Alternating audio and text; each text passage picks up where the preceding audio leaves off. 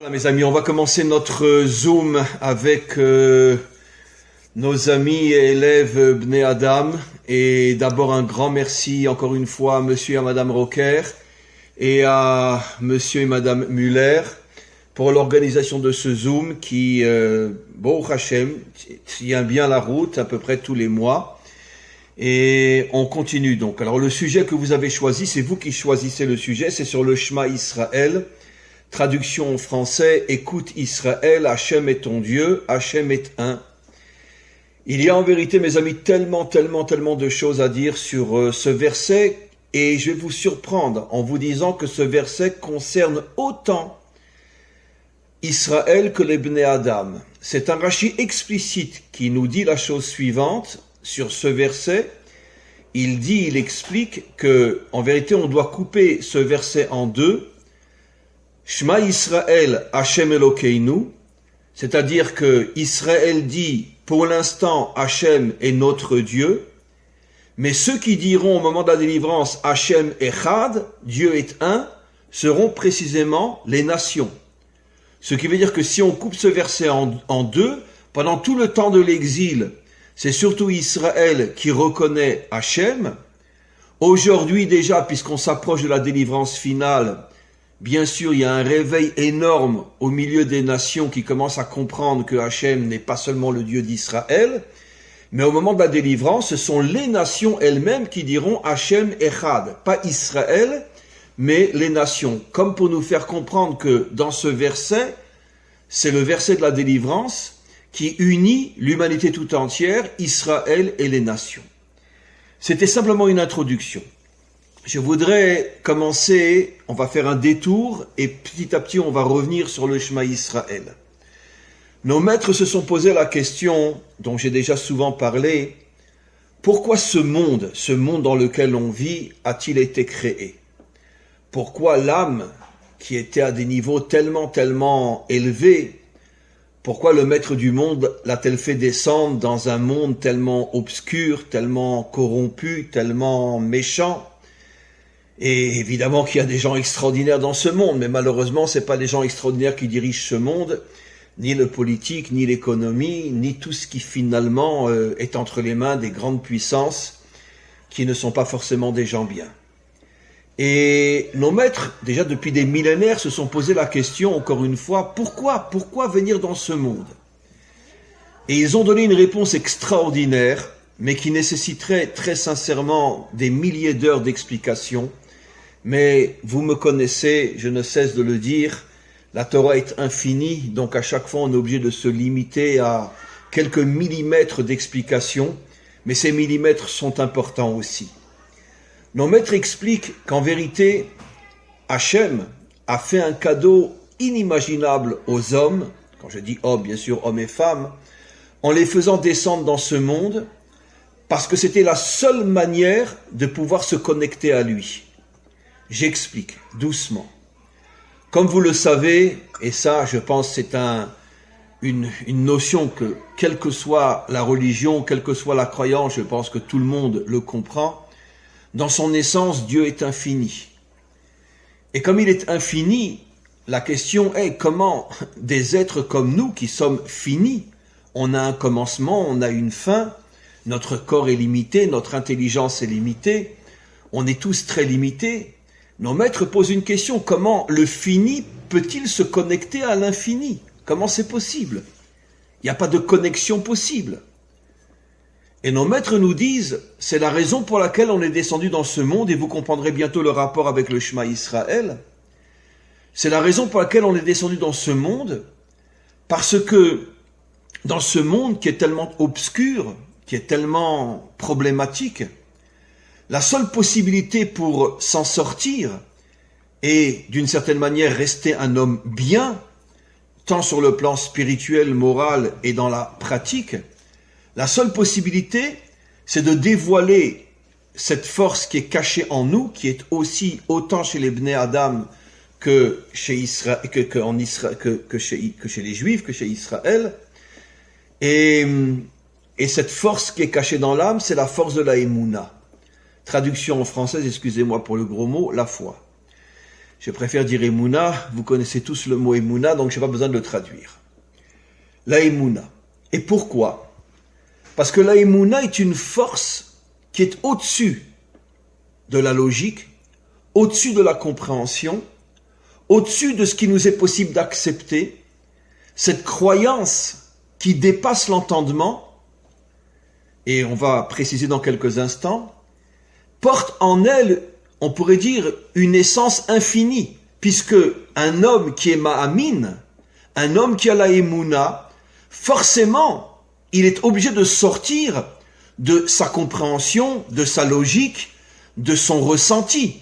Parce que si un homme fonctionne uniquement en fonction de sa compréhension, de sa logique et de son ressenti, je vais le dire à Ladinovitch, très vite il va dire au bon Dieu, va te faire voir. Parce que ce monde est insupportable. Je ne peux pas croire que tu es dans ce monde, c'est pas possible. Parce que si tu es dans ce monde, explique-moi ça, explique-moi ça, explique-moi ça, explique-moi ça.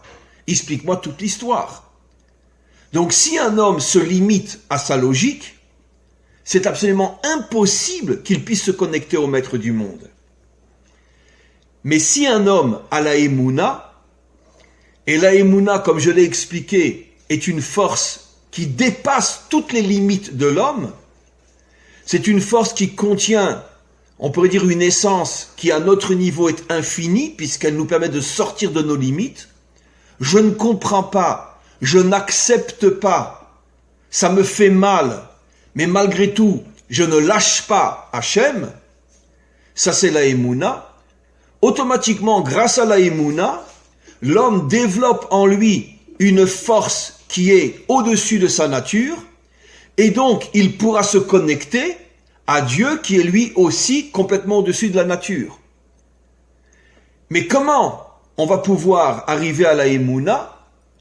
Précisément, lorsque Dieu nous met dans un monde où d'après notre vision des choses, d'après notre compréhension des choses, on a toutes les bonnes raisons et toutes les bonnes excuses de dire Dieu n'existe pas, le monde laïque, et que malgré tout, on arrive à développer cette force qui est en nous, qui est la Emouna, qui est une force que Dieu nous a donnée. Comme il nous a donné les yeux, les oreilles, le nez, il nous a donné la Emouna, c'est une force qui est en nous.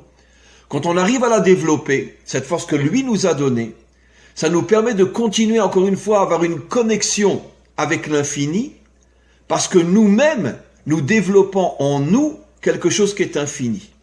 Et c'est pour ça que nos maîtres nous expliquent que la seule et unique raison pour laquelle Dieu nous a fait descendre dans ce monde tellement obscur, c'est pour nous permettre, au bout de tout le processus de l'histoire, pour nous permettre de se connecter à lui, au point que nos maîtres nous disent que toutes les créatures célestes, quand je dis célestes dans les mondes supérieurs, les anges et toutes les créatures spirituelles qui sont dans les mondes supérieurs, ne pourront jamais se connecter au maître du monde, tel que nous les hommes, en ayant traversé l'obscurité de ce monde, en ayant été capables de développer la Emouna en nous, ça nous permet finalement de nous connecter à lui avec une telle force que même les anges ne pourront pas se connecter à Dieu tel que nous pourrons nous connecter à lui.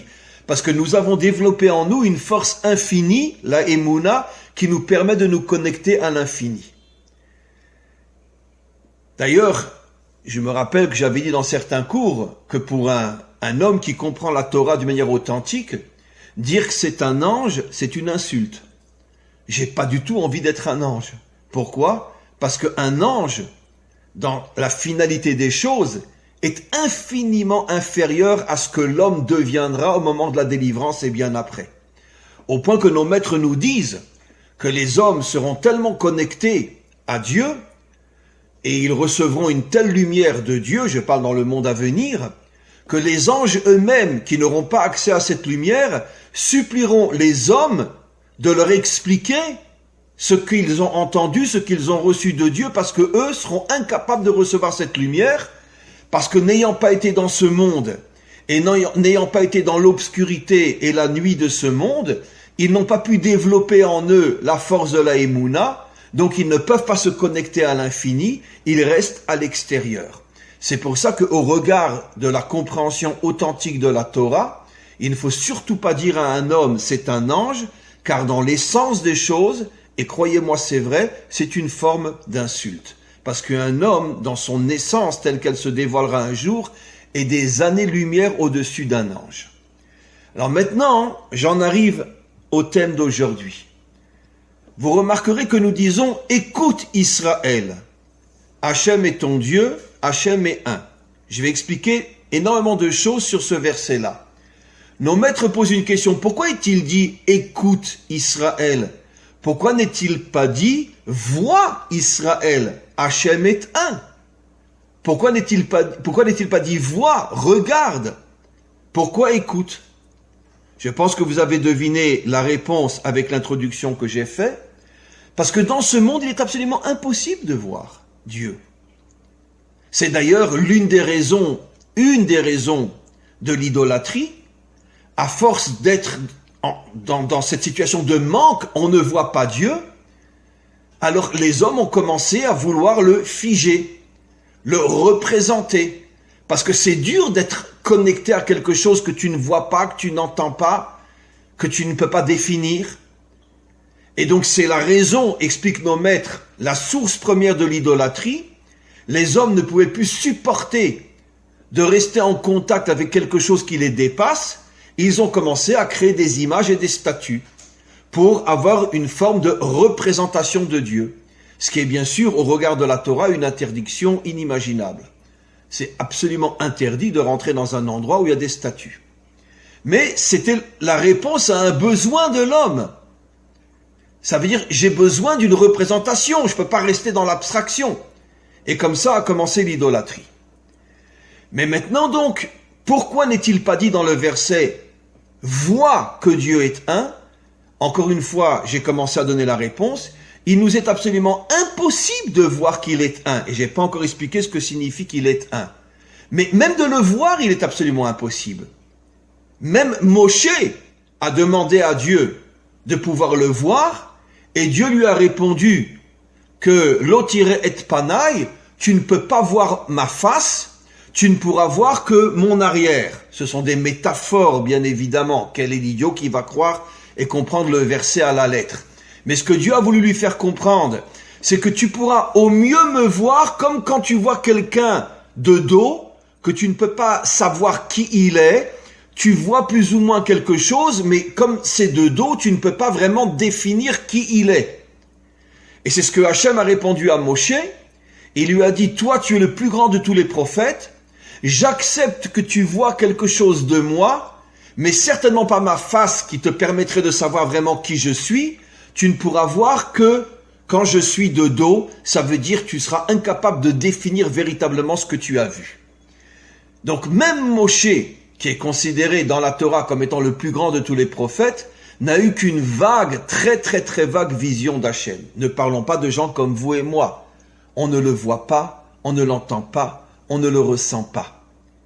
Donc il est absolument impossible dans le verset de dire « vois que Dieu est un ». Je n'ai pas encore expliqué ce que veut dire que Dieu est un.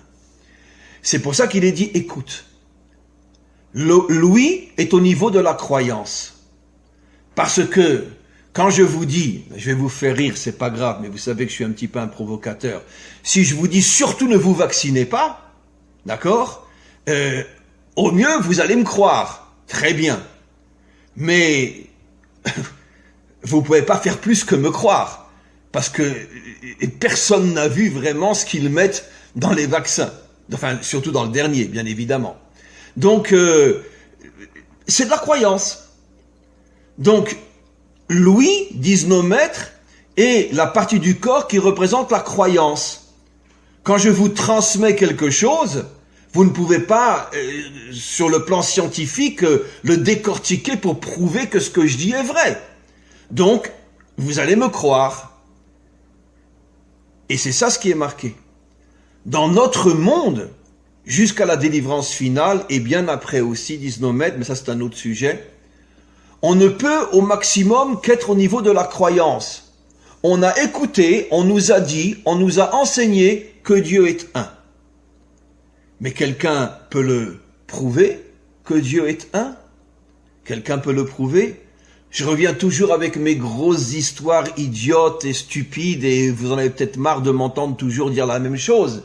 Mais dites-moi, Dieu était dans ce monde à Auschwitz et à Treblinka?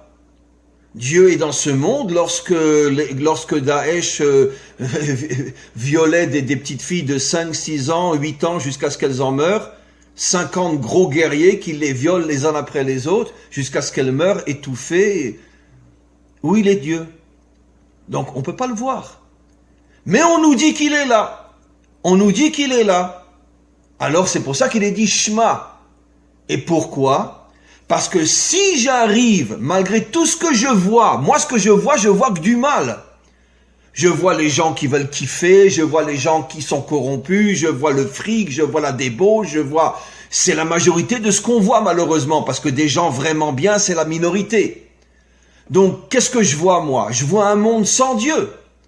Mais si j'arrive à croire que malgré le fait que je vois tout le contraire de sa présence, je continue à croire de toutes mes forces qu'il est oui dans ce monde, même si je ne comprends pas qu'est-ce qu'il fout dans ce monde, cette émouna me permettra un jour de me connecter à l'infini parce que j'ai développé dans ma vie des forces infinies.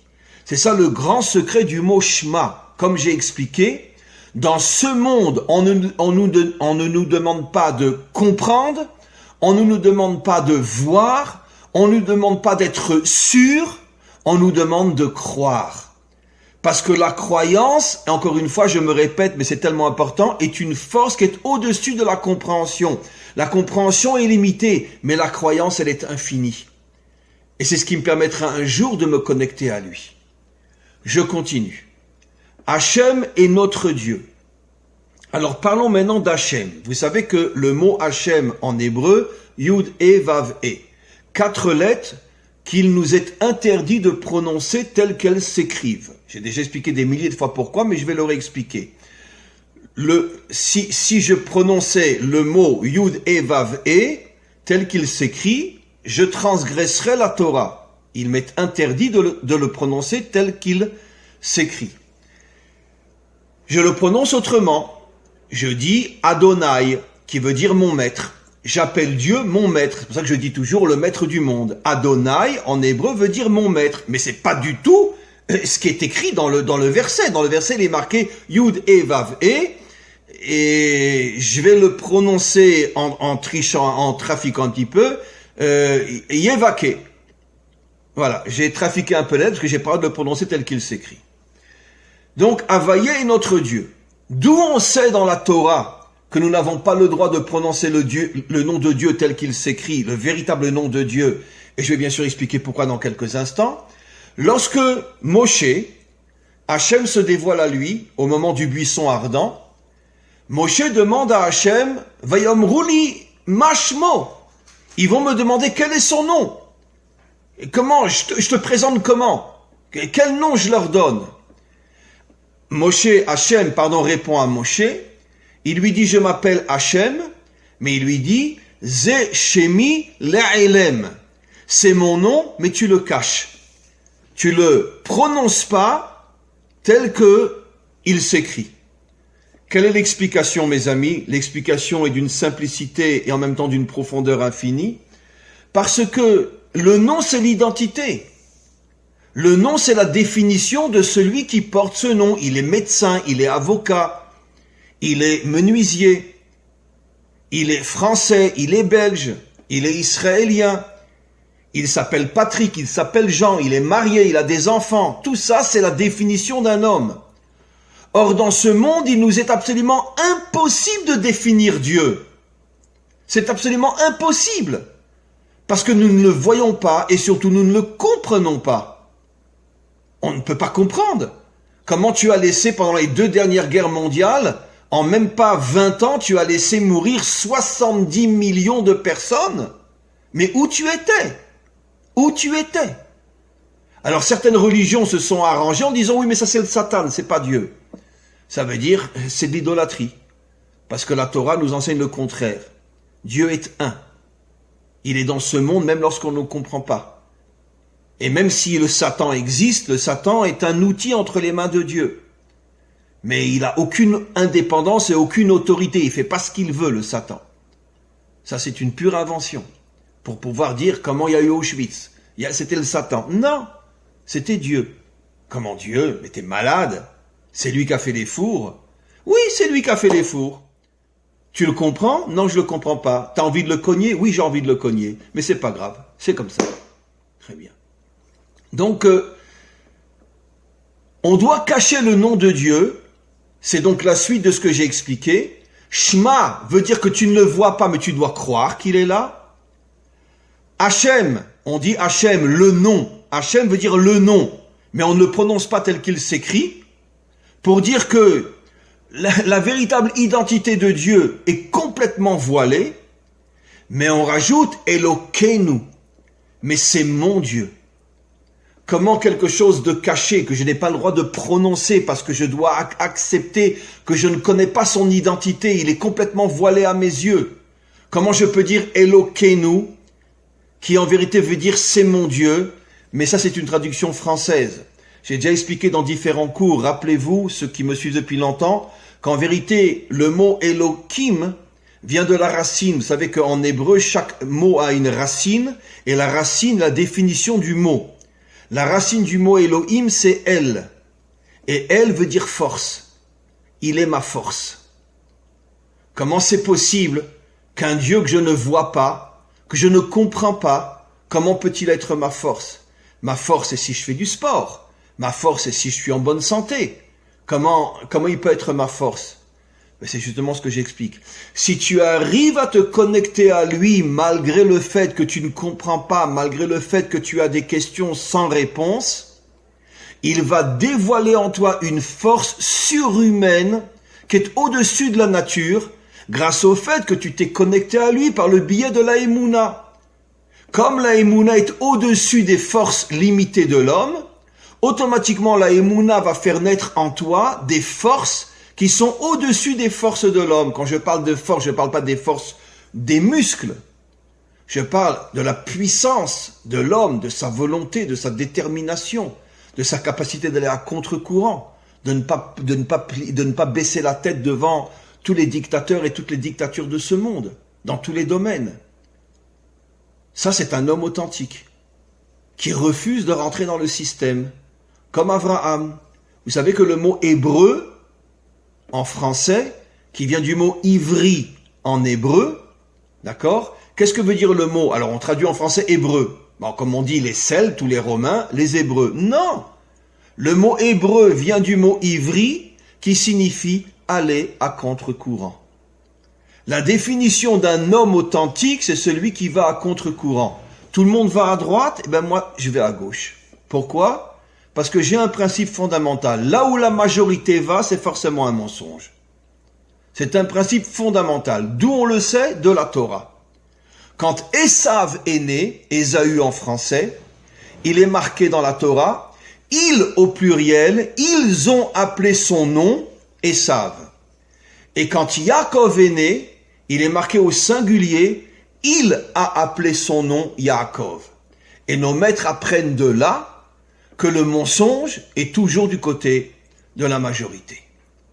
Esav représente le mensonge, la majorité sont de son côté. Yaakov représente la vérité, la minorité est de son côté. Et donc, automatiquement, c'est un principe fondamental. Là où est la majorité, on peut être sûr qu'on est dans le mensonge. Quand je dis mensonge, je ne veux pas dire que tout est faux. Mais il y a énormément de choses qui sont à vérifier, à questionner pour être sûr qu'on n'est pas dans un faux chemin. Et c'est vrai dans tous les domaines. Dans tous les domaines, la minorité, celle qui cherche vraiment la vérité, elle est minoritaire. Ceux qui ne se posent pas de questions et qui avancent comme tout le monde, ils vont comme des moutons avec la majorité et ils sont dans le mensonge. Le mot ivri signifie aller à contre-courant. Et pourquoi Abraham est le premier hébreu, le premier ivri? Parce que c'est le seul dans sa génération qui a eu le courage d'affronter Nimrod. Tous les peuples étaient avec Nimrod. Il y en a un seul qui a dit non, je n'irai pas avec toi, je refuse de participer à la construction de la tour qui est en vérité une dictature, j'irai contre toi Et c'est pour ça qu'après il a été jeté dans la fournaise aussi, il s'en est sorti miraculeusement. Mais en tout cas, il a été à l'encontre de Nimrod, et c'est pour ça qu'il a été appelé Ivri.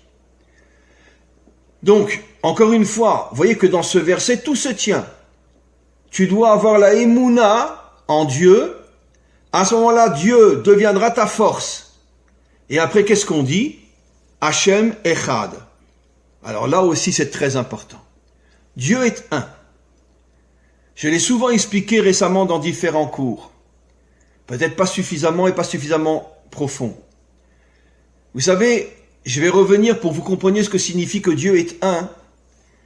Je vais revenir à la faute de Adam, sans rentrer trop dans les détails. Mais je vais vous expliquer le secret de cet arbre. L'arbre de la connaissance du bien et du mal. Nos maîtres expliquent quelque chose d'extraordinaire. Que le bien et le mal étaient mélangés. Bon, ce sont des métaphores, bien sûr. Il n'y a pas d'arbre et les fruits ne sont pas des fruits du bien et du mal. Ce sont que des codes et des métaphores, bien sûr. Mais qu'est-ce que cela signifie? Je vais expliquer dans un langage moderne et très clair. C'est-à-dire que il y avait des fruits, métaphores, bien sûr, qui, à l'extérieur, se présentaient comme étant bien, bons, mais à l'intérieur, ils étaient complètement pourris. Et il y avait des fruits qui se présentaient à l'extérieur comme étant mauvais, mais à l'intérieur, ils étaient extrêmement bons. Nos maîtres nous disent, c'est quoi le décodage? Le vrai méchant, c'est celui qui se cache derrière une vitrine qui, dans l'apparence, donne l'impression que c'est quelqu'un de très très bien. D'accord? Mais à l'intérieur, il est complètement pourri. Ça, c'est la vraie définition du mal. C'est intéressant. De là, vous comprenez que, par exemple, aussi incroyable ce que je vais dire, Hitler, Staline ne sont pas les exemples du mal. C'est sûr que ce sont des monstres, mais c'est pas la définition du mal. Pourquoi? Parce que Hitler ne s'est pas caché. Directement, visiblement, il a dit « je tue tout le monde ». Pareil pour Staline. Pour nos maîtres, la véritable définition du mal, c'est de se cacher derrière du bien. Ça veut dire je donne l'impression que je veux aider, que je veux sauver, que je veux ci, que je veux ça. Tout ça pour pouvoir séduire et endormir les gens, pour pouvoir d'une certaine manière les accaparer leur confiance en moi. Et une fois qu'ils sont entre mes mains, j'agis avec mon mauvais côté qui est à l'intérieur. Maintenant, qu'est-ce que c'est le bien qui se cache dans le mal? Le bien qui se cache dans le mal explique nos maîtres quelque chose d'extraordinaire. Ça veut dire qu'en vérité, le méchant qui se cache derrière une vitrine de bien, mais qui en vérité toutes ses intentions et ses actions sont mauvaises, qu'est-ce que fait Dieu? Il se cache en lui et malgré lui, sans qu'il s'en rende compte, et ça c'est la puissance infinie d'Hachem, finalement il se sert de lui pour continuer à faire progresser et arriver le monde vers la délivrance finale. C'est-à-dire que la puissance incroyable de Dieu, c'est qu'il se sert du méchant sans que le méchant le save, il cache le bien à l'intérieur du méchant, pas le bien du méchant, le bien d'Hachem, il se cache dans le méchant pour, malgré lui, l'amener à la délivrance finale. J'ai déjà donné des exemples énormes. Un père couche avec ses deux filles, Lot avec ses deux filles, de là va sortir Ruth, de là va sortir David, de là va sortir le Mashiach. Le Mashiach ne pouvait pas venir d'autre chose que d'un inceste. Hachem a caché le bien dans une enveloppe mauvaise. Yehuda voit une prostituée, il va vers elle. De là va sortir Peretz, qui est le côté masculin de la lignée messianique. À dire que Lot avec ses filles a créé la lignée féminine, Ruth, et Yehuda avec une prostituée va créer la lignée masculine, Peretz. Ça veut dire que le côté masculin et le côté féminin sont sortis d'un inceste et d'une prostitution. Mais qu'est-ce qu'il fait le bon Dieu? Mais ça va pas, non? Mais sors-moi le Mashiach de grande sadikim, de grand juste. Pourquoi tu me sors ça d'un inceste et d'une prostitution? Pour nous faire comprendre que Hachem est capable de manipuler le mal et de l'amener vers le bien. J'ai donné quantité d'autres exemples. En 1945, on ouvre les portes d'Auschwitz. En 1948, on danse dans les rues de Tel Aviv pour fêter la renaissance de l'État d'Israël. Ça veut dire que Hitler voulait détruire le peuple juif et finalement, consciemment ou non, il l'a aidé à se reconstruire sur sa terre en 3 ans seulement. C'est quelque chose de fou. Lui est là pour qu'il n'y ait plus un seul juif en Europe et finalement, le peuple juif se reconstruit sur sa terre 3 ans seulement après l'ouverture d'Auschwitz. Ça veut dire que c'est encore une preuve que le maître du monde se cache dans le mal, il utilise le mal malgré lui, le mal a des intentions destructives, mais Hachem, comme il est d'une puissance qui dépasse notre entendement, il est capable de se servir du mal pour amener le bien. Et ça, c'est la vraie Emouna. La vraie Emouna, mes amis, c'est de savoir que même lorsqu'on est confronté au mal et qu'on subit le mal et que le mal nous fait mal, on doit avoir une confiance absolue que dans ce mal se cache la force d'Hachem qui fait que tôt ou tard on comprendra qu'il a utilisé le mal malgré lui. C'est pas lui qui a créé le mal, bien sûr. C'est pas lui qui a créé Hitler.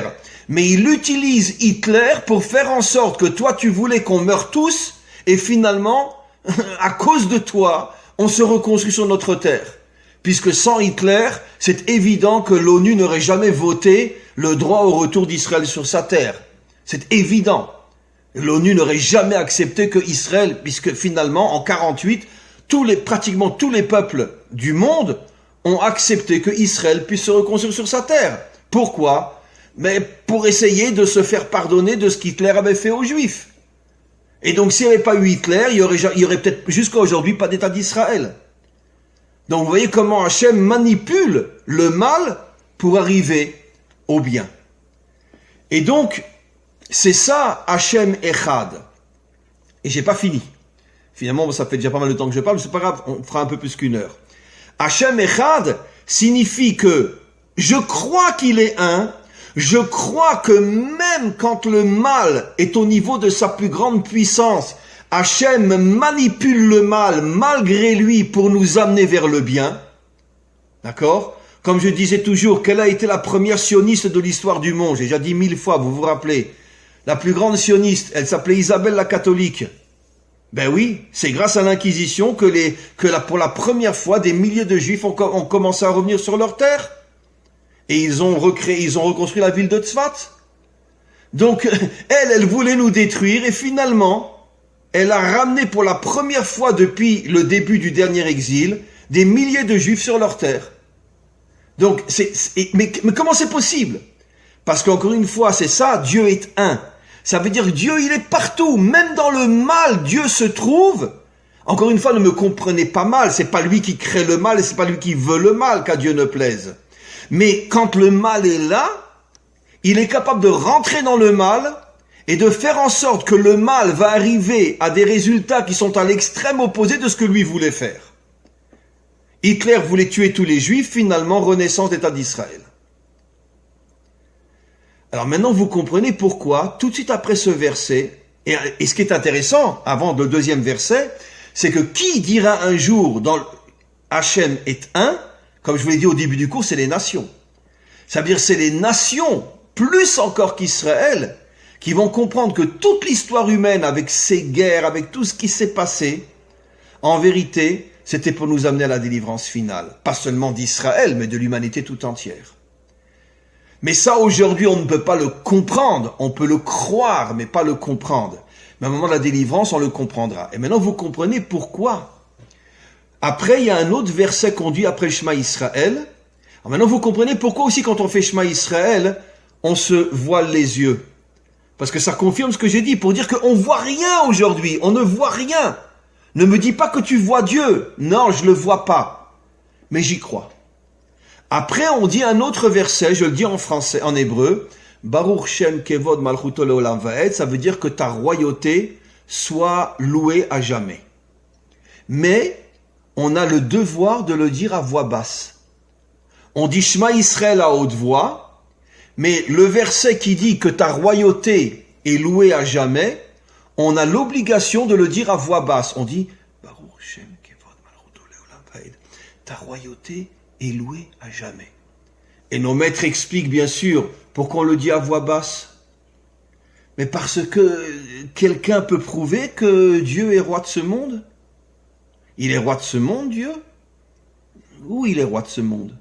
Le monde, il est entre les mains de toutes les puissances sataniques qui ne font que du mal dans ce monde. Alors comment tu peux dire que Dieu est roi de ce monde? Alors c'est pareil, c'est encore un verset de Emouna. Ça veut dire, j'y crois, mais je le dis à voix basse, parce que pour l'instant, je ne peux pas le dire à voix haute. On va me prendre pour un taré. Quoi, Dieu est le roi du monde? Ah oui, il est le roi du monde, Dieu? Va demander à Bill Gates ou à Soros si c'est Dieu le roi du monde. Va leur demander. Non mais attends, c'est eux les rois du monde, c'est pas le bon Dieu.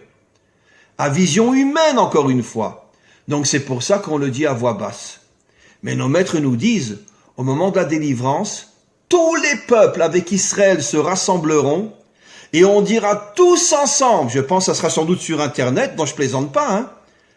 Et on dira tous ensemble, on va tous se rassembler, il y aura des foules dans le monde entier, et tous ensemble, disent nos maîtres, on hurlera à ce moment-là, Shema Israël, Hashem Elokeinu, Hashem Echad, et après on hurlera, parce que maintenant on aura vraiment un vrai dévoilement de la royauté d'Hachem, on hurlera, ta royauté est bénie à l'infini. Encore un verset et j'ai fini. J'ai expliqué les 3 versets les plus importants du Shema Israël. Le 3e verset, c'est « Tu aimeras Hachem ton Dieu de tout ton cœur, de tout ton être et de toutes tes forces. » Et ça, c'est le verset peut-être le plus fondamental concernant l'homme. Tu dois lui donner tout ton cœur, tout ton être et tout ce que tu as. Toutes tes forces, tu dois lui donner. Ça veut dire, comme je dis toujours, ceux qui sont sur mon WhatsApp, vous l'avez peut-être reçu le mot que j'ai envoyé aujourd'hui. Je l'ai dit de manière un petit peu forte, mais vous me connaissez un petit peu, c'est toujours pour pouvoir bousculer les gens, je le fais exprès, parce que sinon, dans ce monde, si on parle gentiment, personne ne se réveille. Je veux dire, arrêtons de chercher Dieu à la synagogue ou à l'église. Arrêtons de le chercher là-bas. Parce que dans une synagogue, c'est très facile de chercher Dieu. On est pépère, on prie, on est tranquille, ça va, d'accord. Mais dans la rue, tu le cherches Dieu? Tu le vois, tu le trouves? Pendant une guerre, tu le vois, tu le trouves, tu es avec lui? Quand ta famille a une épreuve, quand tu as des enfants malades, quand tu perds un enfant, tu es avec Dieu? Donc, c'est pour ça que j'ai dit dans mon texte aujourd'hui, arrêtons de chercher Dieu dans l'église ou dans la synagogue. C'est un refuge là-bas, c'est une fuite devant la réalité. Si tu dois chercher Dieu, cherche-le dans la rue. Dans la rue, ça veut dire que dans tous les problèmes de la vie. Et là, on va voir, t'es prêt à lui donner ton cœur? Ça veut dire quoi ton cœur? Qu'Hachem nous protège. Des parents ont perdu un enfant. Tu es prêt à lui donner ton cœur? Ou tu as une colère en toi que tu as envie de lui dire, va te faire voir? Tu es capable de lui donner ton cœur quand tu perds un enfant? Tu peux? Si tu crois que c'est lui qui dirige le monde, alors donc, pourquoi tu me l'as repris cet enfant-là? Pourquoi? Tu es prêt à lui donner tout ton être? Ça veut dire donner tout son être. Nos maîtres disent, ça veut dire tu es prêt à lui donner ta vie? Si on vient et qu'on plante devant toi une idole et qu'on te dit, tu te prosternes pas, je te coupe la tête. Tu te prosternes ou tu te laisses couper la tête? Ben, tu te laisses couper la tête, tu te prosternes pas devant une idole. Tu es prêt à lui donner ta vie. Et toutes tes forces. Ça veut dire quoi, tu lui donnes toutes tes forces? C'est ce que j'explique souvent dans mes textes ou dans mes cours. Ça veut dire qu'en vérité, le vrai croyant, c'est quoi? C'est pas celui qui rentre dans une synagogue et qui ouvre un livre et dit « Mon Dieu, mon Dieu, mon Dieu, mon Dieu, mon Dieu ». Ça, c'est un religieux. C'est un curé, c'est un rabbin. C'est pas un homme. Un homme croyant, c'est celui qui utilise ses forces pour se battre contre le mal. Il donne ses forces à Hachem. Ça veut dire que j'ai compris que dans ce monde, il faut se battre. Dans ce monde, il faut être capable de prendre des risques, de se mettre en danger, de dire la vérité. Même si tu sais qu'en disant la vérité, tu prends de grands risques. C'est facile de rentrer dans une synagogue ou dans une église et d'ouvrir un livre de prière et dire « Mon Dieu, mon Dieu, mon Dieu, mon Dieu ». Comme disait Marx, c'est l'opium des peuples, la religion. Ça veut dire « ça me fait du bien ». Il y en a qui kiffent quand ils vont à la plage, il y en a qui kiffent quand ils vont à la synagogue. Mais en vérité, on kiffe. Très bien. Mais par contre, si tu es capable de dénoncer le mal qu'il y a dans le monde, si tu es capable d'affronter les méchants qu'il y a dans ce monde, si tu es capable de prendre des risques, parce que tu ne supportes pas que ce monde soit entre les mains des méchants, et que tu sais que tu te mets en danger, tu sais que les répercussions seront peut-être très graves, mais tu le fais quand même. Tu donnes donc tes forces au maître du monde pour qu'un jour le monde puisse être redonné à son vrai propriétaire. Là, tu es un homme authentique. Vous voyez que donc ces 3 versets résument, si j'ose dire, pratiquement toute l'existence d'un homme authentique. Toute l'existence d'un homme authentique. Je fais un résumé et je vous laisse la parole. Shema Yisrael Hashem Elokeinu Hashem Echad.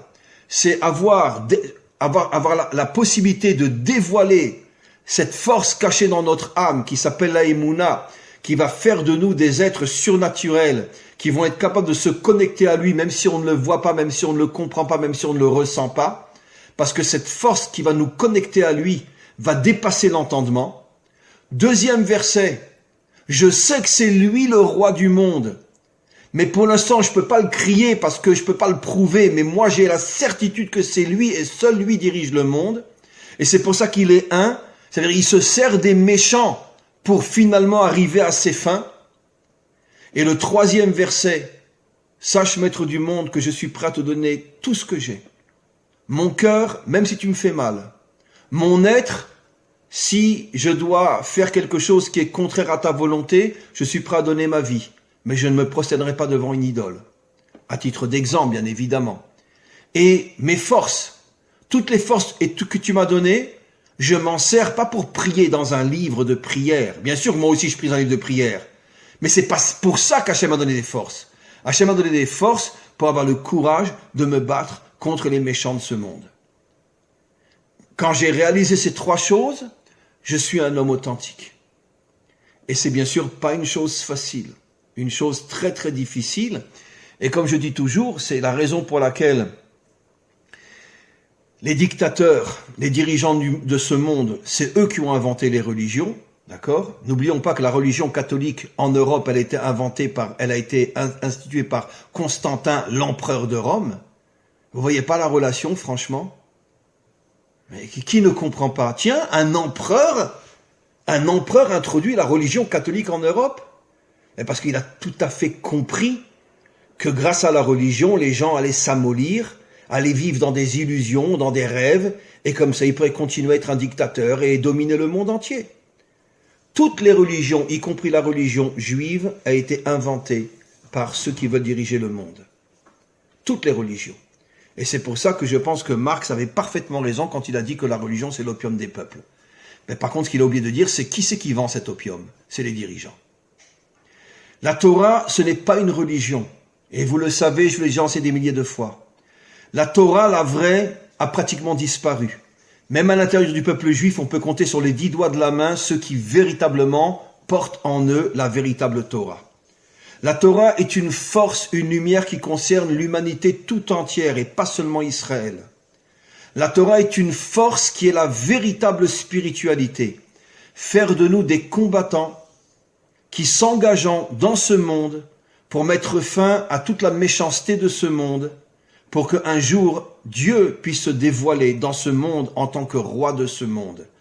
Il l'est déjà aujourd'hui, mais personne ne le sait, personne ne peut l'expliquer. Mais si nous arrivons à nous battre contre le mal qui est dans ce monde, à ce moment-là, il se dévoilera véritablement comme roi de ce monde. Donc ce n'est pas facile, mes amis, d'être un être humain authentique. C'est pas facile d'être un Ben Adam authentique, parce que ça demande beaucoup de courage, beaucoup de volonté, beaucoup de force, de prendre des risques, parfois de se mettre en danger, mais on n'a pas le choix. On n'est pas dans ce monde pour s'amuser, on n'est pas dans ce monde pour se réfugier dans un livre de prière et se persuader qu'on est religieux alors qu'on est... Si on ne fait que ça, je dis, on n'est qu'un pauvre type, parce que finalement, qu'est-ce que tu fais pour changer le monde, à part prier? Qu'est-ce que tu fais? Si je ne fais que ça, bien sûr, parce que moi aussi je prie tous les jours, 3 fois par jour, mais grâce à Dieu, je ne fais pas que ça. Donc prier, bien sûr qu'il faut prier. Je parle de celui qui ne fait que ça, qui croit que ça y est, la prière, il est avec Dieu, ça y est. Non, non. Il faut s'engager dans ce monde Et seulement quand on s'engage dans ce monde et qu'on essaye de faire bouger les choses, même d'un millimètre, à ce moment-là, on est un homme authentique. Et c'est ça tout le message du Shema Israël. Voilà, mes amis. Y a-t-il des questions? S'il y a des questions, vous ouvrez vos micros. Oui. J'ai une question, Rav. Oui, Marie-Claire. Un des noms de Dieu, c'est Elohim. C'est un nom pluriel. Oui. Est-ce que vous pouvez parler de ce qui se cache derrière ce mot pluriel et Hachem Erad? Alors, Est-ce qu'on peut lier deux? Alors, j'ai expliqué tout à l'heure, quand j'ai dit Dieu et Hachem est mon Dieu, j'ai expliqué qu'en vérité, c'est une traduction française. En vérité, c'est Hachem est ma force. Puisque la racine du mot Elohim, c'est El, qui veut dire force en hébreu, biblique. Et même, bon, moins en hébreu moderne, mais en hébreu biblique. El veut dire la force. Donc, Elohim veut dire la source de toutes les forces de ce monde. C'est pour ça que c'est un pluriel. Dieu est la source de toutes les forces de ce monde. Les forces spirituelles, les forces morales et même les forces physiques.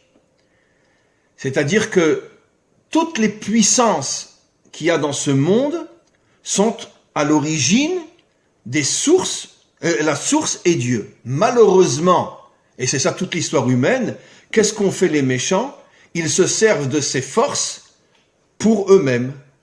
Ma force physique, mon argent, ma puissance, mon pouvoir politique, etc., pour eux-mêmes. À l'origine, c'est Dieu qui est encore une fois la source de toutes les forces qu'il y a dans ce monde, mais malheureusement, les hommes veulent récupérer ces forces pour pouvoir justement, eux, dominer le monde et dire à Dieu, reste en haut et fiche-nous la paix. C'est exactement ce qu'a fait Nimrod. Nos maîtres expliquent quelle était l'intention cachée derrière la tour de Nimrod. Ça veut dire en vérité, il avait installé tout en haut de la tour son palais, son pouvoir, d'accord? Comme pour dire à Dieu, bon c'est une métaphore mais quand même incroyable, tu descends pas plus bas que là, hein, d'accord? Ça veut dire tu restes en haut mais à partir de là, c'est mon pouvoir. Bon, c'est une métaphore mais c'est exactement ce qui se passe dans le monde. C'est ça la séparation entre l'Église et l'État. C'est quoi la séparation entre l'Église et l'État? Ça veut dire, tu veux être religieux, va à l'église, mais tu veux être un homme authentique, sors de l'église. Et là, tu auras la puissance. Ben, c'est ça toute l'essence du monde occidental. La laïcité, le culte de la laïcité. La religion existe encore dans le monde occidental, mais où elle est? Dans une mosquée, dans une église ou dans une synagogue, mais certainement pas dans la rue. Voilà. Donc, encore une fois, Elohim ne veut pas dire Dieu, et le seul mot qui veut dire Dieu, c'est Hachem. Enfin, Yudke Vavke. Mais Elohim veut dire la source de toutes les forces. Et c'est pour ça que c'est un pluriel. Pour nous faire comprendre que toutes les forces de ce monde ont pour source Dieu. Mais malheureusement, quantité de ces forces sont récupérées par l'homme à ses propres fins personnelles, ce que j'appelle moi le culte de l'ego. Voilà. Y a-t-il encore des questions, mes amis? Oui. Catherine. Oui. Bonsoir. Du coup, alors, les Elohim, alors je ne sais pas si j'ai bien compris là, sur ce coup-là. Elohim ou Elohim, c'est les forces créatrices à la base. Oui, absolument. C'est les fameux 10 attributs divins. Oui, c'est les forces créatrices qui après se répandent dans le monde. Absolument. Le mot, c'est pour ça que c'est marqué dans la Torah, Bereshit bara Elohim en hébreu et non Bereshit bara Hashem. Bara Elohim, c'est marqué en hébreu dans le texte en hébreu. Bon, dans la traduction, vous pouvez pas voir parce que c'est marqué au commencement Dieu créa. Mais comme vous le savez, les traductions, c'est la pire des falsifications qui existent. En vérité, dans le verset, il n'est pas marqué au commencement Dieu créa. Il est marqué au commencement Elohim créa. Ça veut dire que Dieu a créé des forces qui s'appellent Elohim, avec lesquelles il a créé le monde. Elohim ne veut pas dire Dieu, Elohim veut dire force. Des forces divines à l'origine, mais des forces. Comprenez? Voilà. C'est d'ailleurs pour ça que quand Moshe est venu voir Pharaon, Pharaon lui a dit, moi je connais Elohim, mais je ne connais pas Hachem. Mi Hachem asher eshma bekolo. C'est qui Hachem pour que j'écoute sa voix? Et il lui dit, moi je ne connais que Elohim. Et nos commentaires posent une question, d'où il connaît Elohim? Et nos commentaires répondent, c'est bien la preuve que même Pharaon, qui était le summum de l'idolâtrie, il connaissait Elohim, ça veut dire les forces de ce monde. Vous comprenez? Parce que si Elohim voulait dire Dieu, comment Pharaon peut connaître Dieu? Donc ça prouve que ce ne sont que des forces et non un nom. Voilà. Y a-t-il d'autres questions, mes amis? Oui, Céline. Sarah, moi j'aurais une question parce qu'il y a quelque chose pour moi qui est pas très clair, c'est quelle est la différence quand on dit de tout ton cœur, à quoi ça fait référence, de toute ton âme et de toutes tes forces, quoi. De toutes tes forces, vous avez un peu plus expliqué, mais parce que j'imagine que tout ton cœur, comme nous dans notre génération, on comprend un peu le fait comme d'être amoureux. Il y a des gens effectivement qui disent voilà, j'ai été touché par la grâce, je suis tout amoureux de Dieu, de Jésus, de je sais pas quoi. Pardon, mais j'imagine que c'est pas de ça qu'il s'agit pas d'un sentiment amoureux, mais qu'il s'agit. Et je sais pas où ordonner, par exemple, où est-ce qu'on met la volonté, où est-ce qu'on met, comment dire, c'est pas clair pour moi en fait. Alors, Désolée. j'ai plus ou moins répondu, mais je vais revenir en donnant un exemple très très simple, d'accord, que j'utilise souvent. Quand un homme ou quand une femme peut dire à son conjoint « je t'aime », quand on est en lune de miel, quand on part dans un hôtel 5 étoiles, quand tout va bien, quand on s'amuse bien, ou bien quand il y a des tensions, des difficultés, et que malgré tout, je lui dis « sache, d'accord, ça va pas entre nous, mais sois sûr d'une chose, je t'aime et je ne te quitterai jamais. » C'est-à-dire que l'amour authentique se mesure dans un moment où je ne kiffe pas, où je n'ai pas de plaisir, où je ne reçois rien. Mais malgré tout, l'amour, c'est une connexion qui est au-delà de la situation. En vérité, je donne un exemple très simple, Céline. Vous êtes en train de manger un steak. Oh là là, qu'est-ce que j'aime ce steak! Ben, si tu demandes à la pauvre vache ce qu'on lui a fait pour arriver à devenir un steak dans ton assiette, elle va te répondre, ben moi je t'aime pas du tout, hein, mais alors vraiment pas du tout. Et on dit, moi j'aime le steak. Non, t'aimes kiffer avec le steak. Mais en vérité, le steak, tu as massacré la vache pour pouvoir avoir du steak dans ton assiette. Donc quand tu es en lune de miel et que tu dis à ta femme, qu'est-ce que je t'aime, t'es l'amour de ma vie. Évidemment, quand tout va bien, c'est forcément l'amour de ta vie, surtout si elle est jeune et toi t'es jeune aussi. D'accord? Mais au bout de 20 ans de mariage, au bout de 30 ans de mariage, après, avec toutes les tensions et toutes les difficultés que l'un et l'autre ont traversées, et que tu lui dis sincèrement, sache que malgré toutes les difficultés que nous avons traversées ensemble, je t'aime plus que tout, ça c'est la preuve que véritablement tu l'aimes. C'est pour ça que j'ai dit tout à l'heure, mais il y a un moment où vous êtes sorti, peut-être vous êtes sorti juste à ce moment-là, Céline.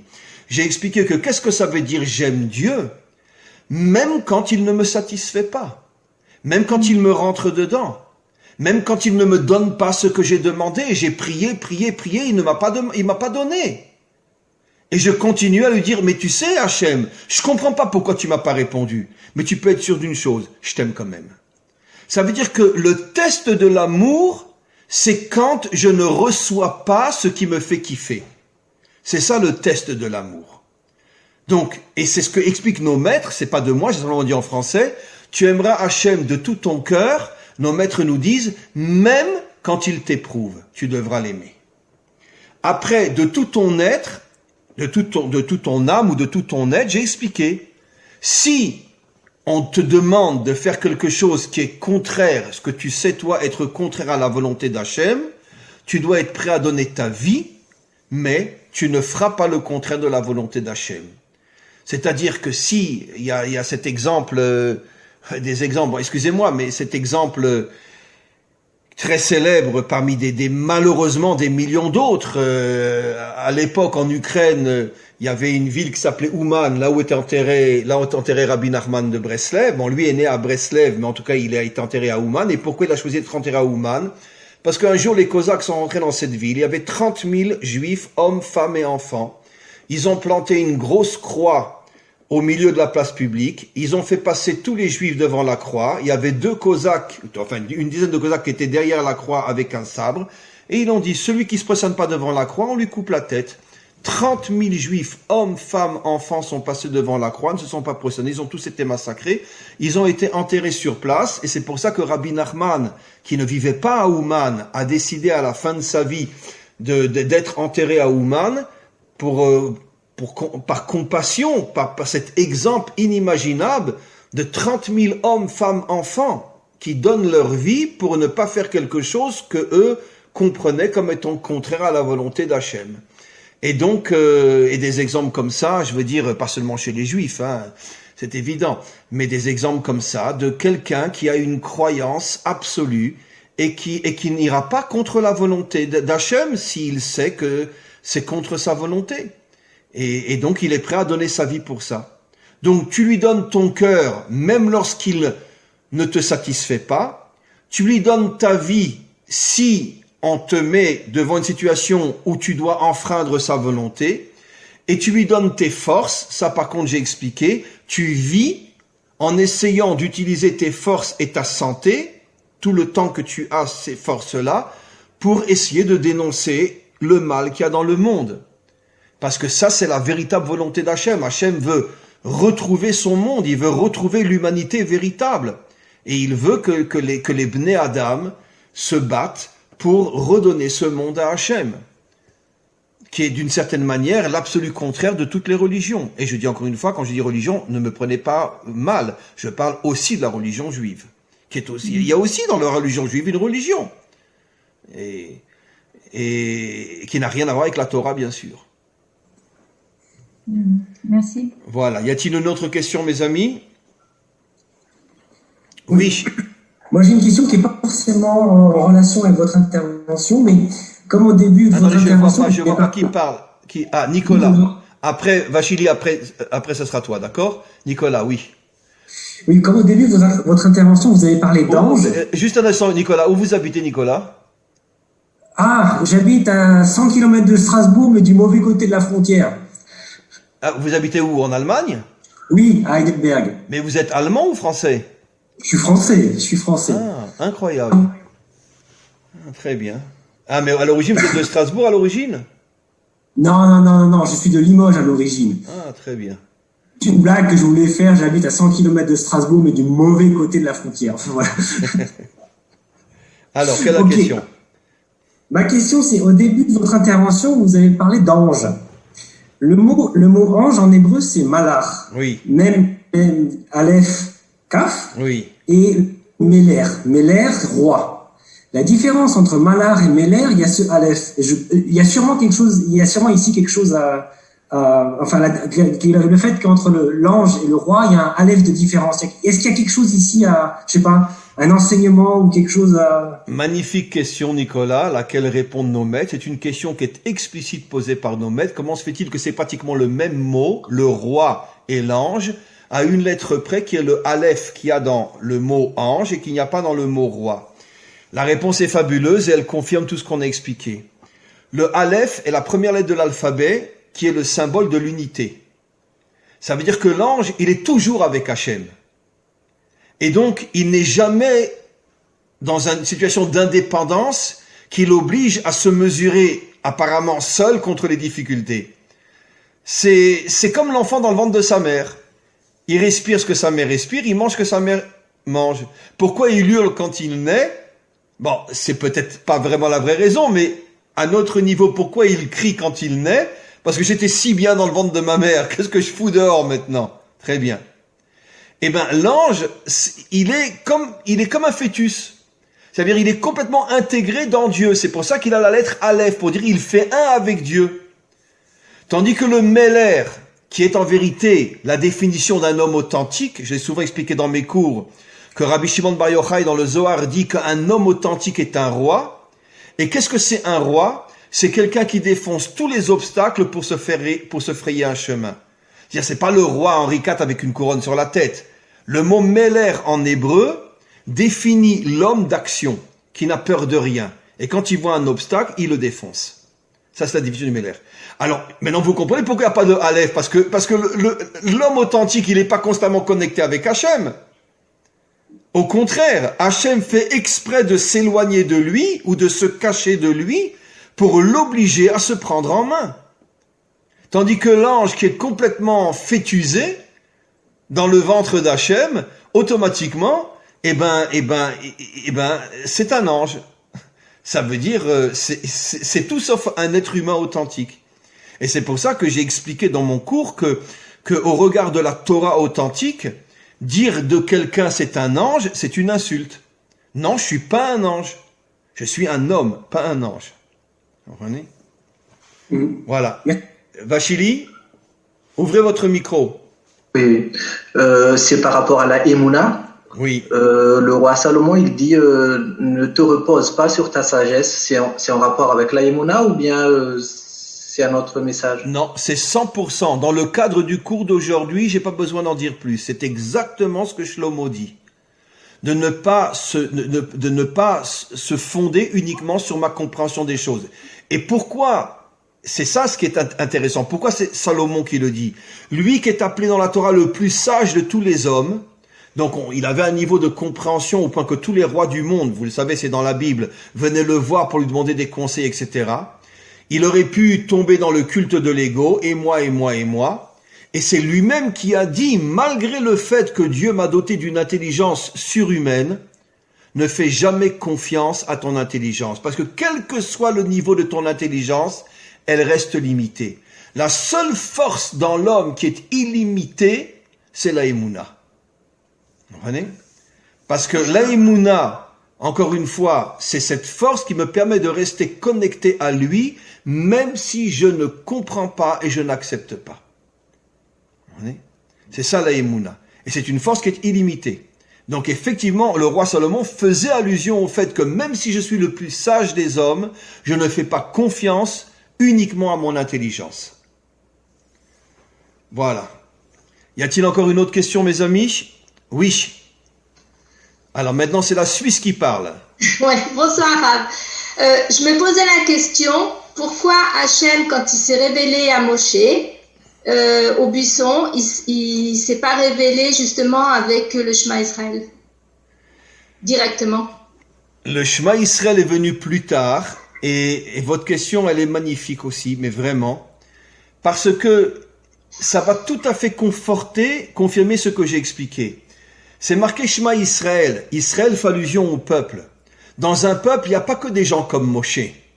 Dans un peuple, il y a des gens comme vous et moi. Ça veut dire des gens qui n'ont pas le niveau d'être sûrs et certains que Dieu existe. Ça veut dire que le Shema Israël s'adresse précisément plus à des gens comme nous qu'à des gens comme Moshe. Parce que Moshe, lui, est à un niveau, on peut même pas imaginer. D'accord? C'est un être spirituel. Il est né même avec une âme particulière. La Torah nous dit clairement que quand il est né, la maison dans laquelle il est né s'est remplie de lumière.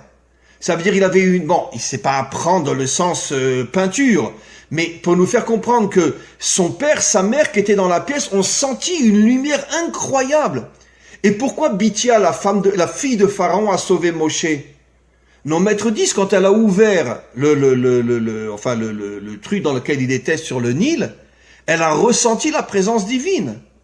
Elle a ressenti. Donc ça veut dire que déjà, en tant que bébé, il avait déjà en lui des forces spirituelles incroyables. Donc Hachem ne peut pas lui parler à lui d'Emouna, parce que c'est trop facile. Comprenez? Mais par contre, à Israël, qui en été le microcosme de tous les Bnei Adam du monde entier, là on peut parler d'Emouna. Parce que nous, on n'a pas le niveau de Moshe, on ne parle pas avec Hachem, on n'est pas des prophètes, on le voit pas même de dos. Et si malgré tout on arrive à avoir la Emouna, alors ça prouve que, j'oserais presque dire que dans ce domaine-là, on est encore plus grand que lui. Parce que lui, il est né avec une âme particulière. C'est sûr qu'il s'est construit, mais dès le départ, Dieu lui a donné des forces surhumaines sur le plan spirituel. Mais nous, c'est pas notre cas. Donc si on arrive, malgré le fait qu'on est très limité, et même si on traverse des épreuves très douloureuses, on arrive à rester connecté à Hachem, et encore plus après les épreuves qu'avant, dans ce domaine-là, on pourra presque dire qu'on est plus grand que lui. Vous savez, je dis toujours, et j'ai quantité de preuves à l'appui, qu'il faut qu'on arrête de croire que il y a des hommes qui sont plus grands que nous. Il y a des hommes qui, dans certains domaines, sont plus grands que nous, et dans d'autres domaines, c'est nous qui sommes plus grands qu'eux. En vérité, chaque homme, il a un géant en lui. Malheureusement, la majorité ne le dévoile pas. Mais dans chaque homme, il y a un géant qui fait que dans ce domaine, je suis plus grand que Moshe. Comprenez? Et donc, je veux donner un exemple simple. Excusez-moi, je reprends toujours ces exemples-là, mais bon, c'est mon petit défaut, je suis ashkénaze, alors bon, tant pis. Mais si un homme sort de Auschwitz et que tout de suite il se remet à pratiquer la Torah, mais dans ce domaine-là, il est 1 milliard de fois plus grand que Moshe. Moshe n'est pas passé par Auschwitz. Mais si un homme sort de Auschwitz et que tout de suite, comme c'était le cas de milliers de prisonniers, quand les Américains sont arrivés, il y a des films sur ça, au lieu de demander une boîte de concert, ils ont demandé, est-ce qu'il n'y a pas des soldats juifs parmi vous qui ont une paire de téphilines? Je voudrais mettre les téphilines. Mais dans ce domaine-là, mais il est 1 milliard de fois plus grand que Moshe. Ce qui veut dire que dans chacun d'entre nous, il y a un géant qui se cache. Et si on arrive à le dévoiler, dans ce domaine-là, on est plus grand que tout le monde. Hachem a mis un géant dans chacun d'entre nous. Malheureusement, on ne le sait pas, on n'y croit pas, on se prend pour des petits. Non, on n'est pas des petits. Il y a des domaines où on peut être des géants et un exemple pour l'humanité tout entière. D'ailleurs, c'est la raison qui fait que nos maîtres nous disent que dans le monde à venir, d'accord, il n'y aura plus le grand, le petit, le moyen. Tous les humains seront au même niveau. Et tous en rond, en cercle devant Hachem. Et il n'y aura pas un qui est plus grand que l'autre. Parce que chacun arrivera à dévoiler la puissance qu'il a en lui, qui fait que dans ce domaine-là, il est aussi grand qu'un autre. Chacun dans son domaine, comme un puzzle, que chaque pièce, elle est importante, sinon on n'aura pas la grande image. Voilà mes amis, y a-t-il encore une autre question? Ah, vous me laissez aller dormir, c'est gentil. Juste une petite question de vocabulaire. Qui? C'est Marie-Claire. Ah oui, Marie-Claire, oui. En fait, c'est un verbe, le verbe lishmoa, shma, c'est plutôt entendre oui. que écouter. Pourquoi est-ce qu'on n'a pas utilisé le vrai verbe pour écouter? Est-ce qu'il y a une raison? Là aussi, comment vous faites tous pour poser des questions que nos maîtres posent? C'est incroyable. Vous étudiez la Torah tous les jours en cachette, là, mais c'est incroyable. Toutes les questions qui sont demandées, c'est des questions qui sont écrites par nos maîtres. Les plus grands de nos maîtres posent ces questions-là. Et effectivement, la différence entre entendre et écouter. Quand tu écoutes, ça veut dire de cette manière, tu participes à. Comme un dialogue. D'accord? Tu entends, ça veut dire que tu restes distant. Ça veut dire même entendre que Dieu est un, tu entends. Mais tu n'écoutes pas. La différence en hébreu entre écouter, d'ailleurs qu'en français aussi je crois, entre écouter et entendre, j'ai entendu, très bien. Mais écouter, ça veut dire que j'ai participé. Mon oreille, elle est avec ta bouche. C'est pour nous faire comprendre que Dieu est tellement voilé qu'au plus on arrive à entendre qu'il existe. Mais l'écouter, c'est déjà encore plus dur. Merci pour cette magnifique question. Y a-t-il encore une question, mes amis? Vous vouliez poser une question, monsieur ou madame Rocker? Madame Rocker voulait poser une question. Et par contre, votre micro, il n'est pas ouvert, si? Oui.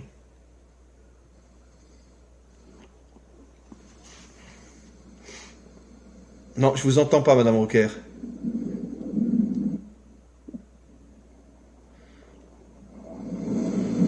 Une question.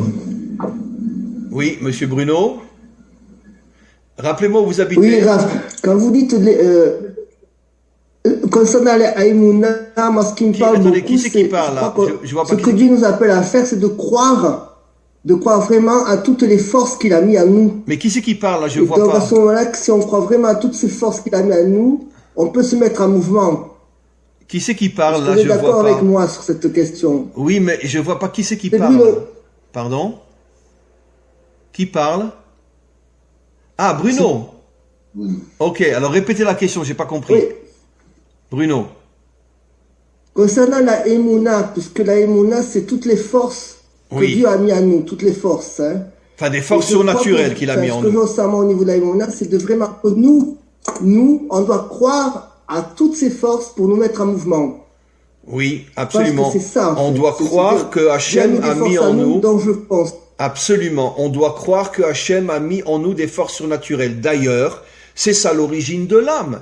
L'âme n'est pas une force naturelle, l'âme n'est pas une entité naturelle. L'âme, comme dit la Torah, elle vient du souffle de Dieu. C'est une métaphore, bien sûr. Mais qu'est-ce qu'on comprend, elle vient du souffle de Dieu? Ça veut dire que l'âme qui rentre dans le corps et sort de Dieu. Ça veut dire, dans la mesure où Dieu est infini, l'âme est infinie aussi. Donc on porte en nous une force infinie, dont la force principale est la Emouna. Donc un homme a le devoir de croire qu'il est porteur en lui de forces qui sont divines, qui sont surnaturelles. Absolument. Madame Rocker, mais votre micro est fermé, hein? Oui, vous m'entendez? Oui, Vous m'entendez? très bien, très très bien. Ah, voilà. D'accord. Alors j'ai deux questions. Vous avez dit, on ne peut pas voir Dieu, d'accord, que de dos, mais ne peut-on pas le voir dans les événements? Oui, c'est juste, mais pour ça il faut de la émouna. Ça veut dire que, c'est-à-dire que deux personnes sont devant le même événement et peuvent l'interpréter d'une manière différente. Je vais donner l'exemple très simple. L'ouverture de la mer. Les Égyptiens ont pensé que c'était tout simplement un raz-de-marée. Et donc c'est pour ça qu'ils se sont précipités dans l'eau qui était sur le côté, en se disant c'est pas un miracle. Israël a compris que c'était oui un miracle. Ça veut dire on peut être face aux deux personnes, un qui est croyant et l'autre qui n'est pas croyant au même événement. L'un va l'interpréter comme étant effectivement une manifestation de Dieu et l'autre va dire non, bon c'est uniquement un concours de circonstances, le hasard ou etc. Vous comprenez ? Oui, ça c'est pour tout comme Voilà. ça. Merci. Une autre question, enfin c'est une question bizarre, mais je prends à partir de face à Isaac, dont la traduction c'est il rira dans le futur. Oui. Et il rira dans le futur. Il a béni un personnage qui avait la voix de Jacob et les mains d'Ésav. Et vous avez dit que l'ouïe, c'est-à-dire écoute Israël, donc c'est la voix de Jacob, et les mains d'Ésav, c'est les nations qui vont dire que Dieu est un. Et en fait, c'est une espèce le personnage qui sera capable de dire Dieu est un, écoute, Dieu est un, la totalité, c'est Israël. L'homme qui a combattu les deux énergies, et donc et Esav, c'est celui qui tuait les bêtes sauvages. Donc c'est effectivement, il peut représenter le mal quelque part, mais l'association des deux, Israël et Jacob et Esav, forment Israël. L'homme qui pourra dire Dieu est un. Mais de toute façon, pour confirmer ce que vous dites, qui a donné le nom Israël à Jacob? C'est l'ange de Esav. Quand Jacob s'est battu avec l'ange, nos maîtres disent que cet ange-là était l'ange gardien de Esav. Ça veut dire sa dimension spirituelle. Ça veut dire que finalement c'est Esav qui a donné à Jacob le nom d'Israël. Ça veut dire qu'un jour viendra où l'humanité tout entière va comprendre qu'elle s'est battue en vain contre Israël et qu'en vérité, ça fait des millénaires qu'on aurait déjà dû reconstruire cette humanité unie. Bien sûr, je parle des Bnei Adam. Comme vous le savez, pas tous les 7 milliards de personnes sont des Bnei Adam. Mais au niveau des Bnei Adam, évidemment qu'un jour, des millions d'hommes et de femmes comprendront qu'elles ont été manipulées. Mais comme je dis toujours, attention, en vérité, que ce soit l'antisémitisme ou le racisme ou peu importe, il ne vient jamais des peuples en tant que tels. C'est en vérité, ça vient des dirigeants qui ont leur propre intérêt, qui ont leur propre raison et qui font que finalement, ils arrivent à convaincre les peuples aussi de se révolter contre. Mais le monde est dirigé par des forces négatives qui manipulent les peuples et qui font que les peuples ne se rendent pas compte qu'ils sont manipulés et qu'ils arrivent à des idéologies qui finalement ne correspondent pas à leur essence véritable. Et le jour où le monde sera redonné à Hachem et que les dirigeants humains de ce monde seront tous des serviteurs d'Hachem, à ce moment-là, l'humanité tout entière reviendra à sa véritable essence et personne ne comprendra pourquoi finalement on s'est battu pas seulement contre les Juifs, mais même les Français contre les Allemands ou contre les Belges ou contre... Pourquoi toutes ces guerres? Mais en vérité, toutes les guerres sont construites, manipulées par les dirigeants eux-mêmes qui ont des intérêts dans les guerres et qui envoient après nos enfants se faire déchiqueter. Et eux, ils sont bien tranquilles. Ce que je veux dire, c'est que nous, les nations, on représente Esav, quelque part, et qui mettons en pratique finalement ce qu'ils entendent. Oui. Jacob parle, on entend et on met en pratique, on agit en fait. Absolument. Et donc, dans cette action d'Esav, il n'y a pas que du négatif, il bosse aussi, il construit. Et comment qu'il n'y a pas que du négatif? Je vous signale, vous le savez, que une partie de l'âme de Esav est revenue dans le roi David et dans le Mashiach. Ça veut dire que le Mashiach porte en lui une partie de l'âme de Esav, pour bien nous faire comprendre qu'il n'y a pas de mal absolu quand on est un Ben Adam, je parle bien. C'est-à-dire que même chez les Bnei Adam qui font de grosses bêtises ou de grosses erreurs, il y a toujours un potentiel énorme qui est récupéré.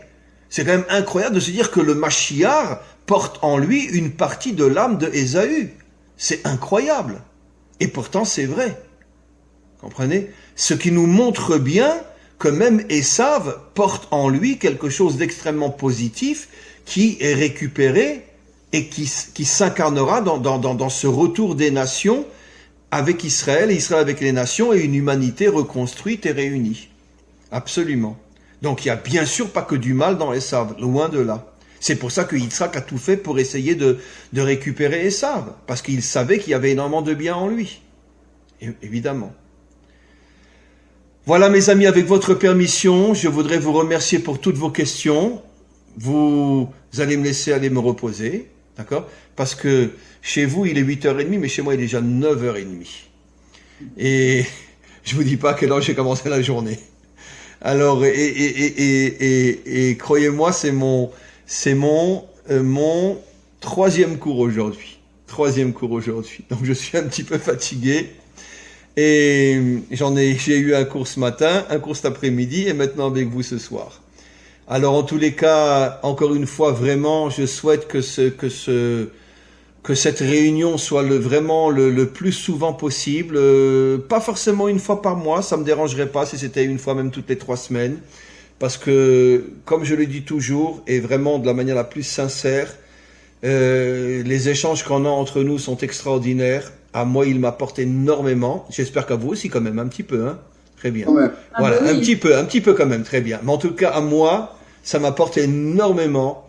Je voulais pas savoir comme j'apprécie votre présence, comme j'apprécie vos questions. Et vraiment, j'espère que on continuera le plus souvent possible. Et dans ce monde et dans l'autre monde aussi, on va pas se lâcher, hein. Ah non, on est toujours ensemble, d'accord? Ok. Alors, une très très bonne soirée à vous tous. Merci. Et merci pour cette magnifique soirée. Et je mettrai notre discussion, je la mettrai la semaine prochaine sur le site. Merci. Et bonjour à votre épouse. Comment? Hein? Merci. Bonjour à votre épouse. Ah, je lui transmettrai un très grand bonjour, d'accord. Merci beaucoup. Merci beaucoup. Alors, une très très bonne soirée. Et on se retrouve très très très prochainement. Vous aussi, Rav. Merci beaucoup, merci. Merci beaucoup à vous tous. Merci, au revoir. Au revoir.